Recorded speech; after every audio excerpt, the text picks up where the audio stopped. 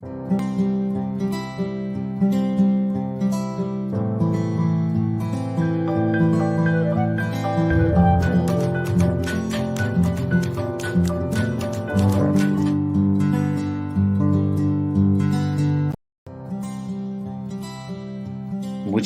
तैरना नहीं आता था।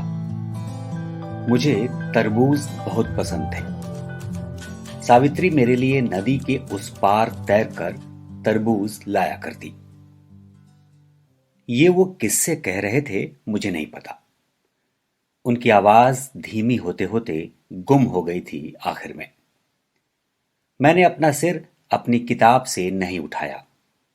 मुझे बहुत कुछ पता नहीं था, पर मुझ में और ज्यादा कुछ भी पता करने की इच्छा नहीं बची थी। पुष्पा की बाई की सांत्वना पर मुझे यकीन था कि मैं मंदबुद्धि हूं। मुझे महसूस होने लगा था कि मेरे दिमाग में दिमाग कम है। इसलिए मैं बहुत सारी जानकारियों को भरने से कतराता रहता था, खासकर वो जानकारियां जो मुझे परीक्षा में पास होने में कोई मदद न करें। सावित्री ने तुमसे कभी मेरा जिक्र किया था? उनकी खनकती आवाज आई।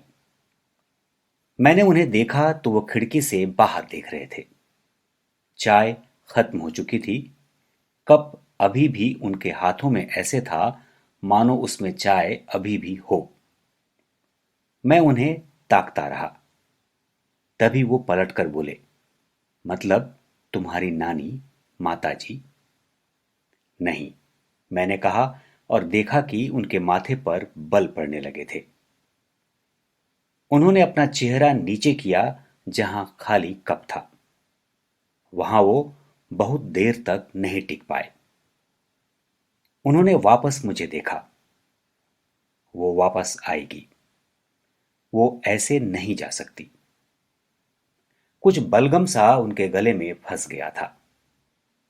उन्होंने 2 बार खांसकर उससे छुटकारा पाना चाहा, पर वो वहीं का वहीं फंसा रहा। वो उठे और कुछ तलाशते हुए से माताजी के कमरे में चले गए। मैंने एक ठंडी सांस ली। अब कम से कम मुझे पढ़ने का नाटक तो नहीं करना पड़ेगा। रात में जब भी खुले आसमान के नीचे मैं सोता था, तब तारों को देखकर आश्चर्य होता था कि इस गहरे अंधेरे को खूबसूरत बनाने के लिए किसी ने कैसे ये चटक चमकते तारे टांक रखे हैं। और उन सारे टांके हुए के बीच एक चांद लटका रखा है जो एकदम अवास्तविक सा लगता है। फिर एक दिन क्लास में तारों, आकाशगंगा और ग्रहों के बारे में विस्तृत जानकारी दी गई। उस वक्त मैं अपने कान बंद कर लेना चाहता था। मैं नहीं सुनते हुए भी बहुत कुछ सुन गया। तब से मैंने बाहर आसमान के नीचे सोना बंद कर दिया था। नमस्कार। बुक ट्यूब पर एक बार फिर आप सबका स्वागत है। मैं अनुरंजन झा आज एक नई किताब आप लोगों के लिए लेकर आया हूं। अभिनेता और लेखक मानव कौल की लिखी इस किताब का नाम है शर्ट का तीसरा बटन। इसे प्रकाशित किया है हिंद युग प्रकाशन ने। 240 पेजों की इस किताब की कीमत है 249 रुपये और अमेजन पर ये छूट के साथ उपलब्ध है। आइए सुनते हैं इसी किताब से एक और दिलचस्प हिस्सा। सुबह हल्की बदली छाई हुई थी। कल रात का अंधेरा सुबह में भी पैर पसारे हुआ था। मौसम में बारिश होने का धोखा बना हुआ था। मैं गिलास भर गर्म चाय लिए राधे के पिता के साथ बैठा हुआ था। तगाड़ी की कीचड़ में कितना सोना होगा? मैंने पूछा। कीचड़ जितनी ज्यादा होती है उसमें सोना मिलने की संभावना उतनी ही कम होती है, उन्होंने कहा। तो ज्यादा कीचड़ क्यों उठाते हो आप? आदतन हमेशा लगता है कि थोड़ा सा और समेट लूं तो शायद वो चमकता हुआ दिखे। मुझे अजीब लगता है कि हमारी गली में नालियों में सोना पड़ा हुआ है। सोना मिलना चमत्कार है, और चमत्कार तो वही होता है जहां उसकी संभावना सबसे कम होती है। हमारे सामने एक गली का एक कुत्ता आकर बैठ गया। वो पूंछ हिला रहा था। उसे हम दोनों से कुछ अपेक्षा थी, पर हमारे पास उसे देने के लिए कुछ भी नहीं था।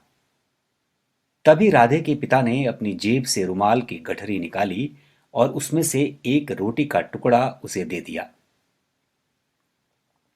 कुत्ते ने उसे सूंघा और बिना रोटी खाए फिर हमें ताकने लगा।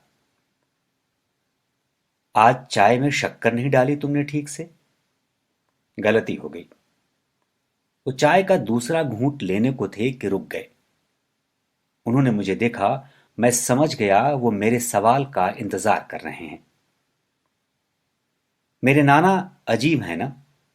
मैंने टेढ़ा मेढ़ा सवाल बनाया, जबकि मैं सीधे भी पूछ सकता था कि मेरे नाना के बारे में कुछ बताओ।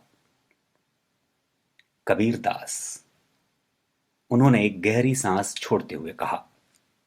नहीं, भगवान दास, मैंने कहा। क्या? उनका नाम कबीर दास नहीं भगवान दास है? उन्होंने मुझे मुस्कुराते हुए देखा, फिर चाय का एक लंबा घूंट मारा। हम चबूतरे पर हमेशा उकड़ू बैठते थे, पर आज वो आलथी पालथी मार कर बैठ गए। अब ऐसा कहते हैं कि भगवान दास बड़े ही सज्जन बालक थे। बहुत ही कम उम्र में उनकी सारी पोथी पत्री, ग्रह नक्षत्र मिलाकर सावित्री से शादी कर दी गई थी। जब तक उन्होंने जवानी में कदम रखा, तब तक टार्जन हो चुका था। टार्जन कैसा नाम हुआ? मैंने पूछा। मजाक में पड़ा था। वो इतने चपल चंचल थे कि कहीं भी फुदक कर चढ़ जाते। छोटे रोशनदान से घर से बाहर निकल जाते तो उन्हें प्यार से घर में सब टार्जन कहने लगे। उनकी चपलता जवानी तक उनके साथ रही तो लोग उनका असली नाम ही भूल गए। फिर नाना का क्या हुआ? भगवान दास ने व्यापार में बहुत तरक्की की। समाज में लोग उन्हें आदर्श बालक की तरह देखने लगे थे। पर तभी कहते हैं ना कि एक दिन उनका माथा घूमा और उनकी दोस्ती अजीब लोगों से होने लगी। उनका उठना बैठना बदल गया। उनका सबसे करीबी दोस्त एक चोर था जो पूरे प्रदेश में मशहूर था। उस चोर के ऊपर 500 रुपए का इनाम था। ऐसा कहते हैं कि अगर वो चोर आपके घर में घुसा है और आपने उसे रंगे हाथों पकड़ने की कोशिश में लाइट का बटन दबाया तो बल्ब बाद में जलता था, पहले वो गायब हो जाता था। अभी आप सुन रहे थे मानव कौल की किताब शर्ट का तीसरा बटन का दिलचस्प अंश। आप हमारे बुकट्यूब से जुड़े रहिए। हम आपको लगातार नई नई किताबों के दिलचस्प हिस्से सुनाते रहेंगे। आप हमें फॉलो कर सकते हैं फेसबुक पर, ट्विटर पर, इंस्टाग्राम पर, और साथ ही सब्सक्राइब करिए यूट्यूब पर। www.booktube.in पर सारी जानकारियां आपको मिल सकती हैं। हम फिर हाजिर होंगे एक नई किताब के साथ जल्द ही। तब तक के लिए नमस्कार।